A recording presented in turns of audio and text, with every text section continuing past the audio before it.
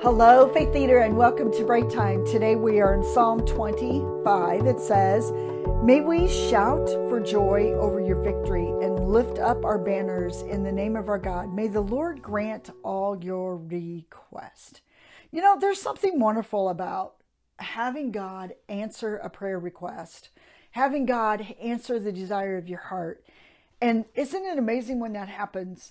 That we can have these times of celebration and shouting for joy. I can just see David doing this. You know, he was the dancer, so he would dance before God. And you could just see that he was exhilarated in the times where God was answering, where God heard. He knew that God was listening, but when God fulfilled one of David's requests, and now he's passing that off onto his people. So here's my thought. When you and I are in these moments of waiting with God, we're in these moments where God hasn't really, we're requesting, but he hasn't answered yet. What do we do? I believe David would say, celebrate. Continue to celebrate the hope that you have. Continue to celebrate what God is doing.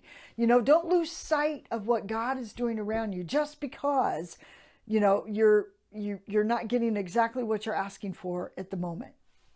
Okay? But here's another thing. Sometimes we stop asking. Sometimes we get to this place, and in Luke 11, 9, and 10, it's so good. Do you ever get into this place, though, where you stop asking?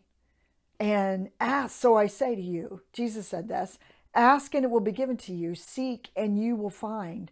Knock and the door will be open to you. For everyone who asks receives. The one who seeks finds, and the one who knocks, the door will be open. You know, there's a persistence there. But there's also a humility in this passage that I believe comes because we're asking. You know, the Creator wanting his children to ask. The Father wanting his children to ask. You know, the ask shows the need. The ask shows how significant and important it is to you. I believe the ask shows the desire of your heart. What is in there that you really would say, this I would ask for? You know, it's so important to me that this is what I'm going to ask for. What's in there? What is it that you really, really desire that you're willing to ask, seek, and knock for? And, most of the time we're willing to ask when things get bad. But what about the daily things? Sometimes our heart can become hard just because of daily routine. What about the daily things? What are you asking for in your daily life, your daily participation with God? What are you expecting?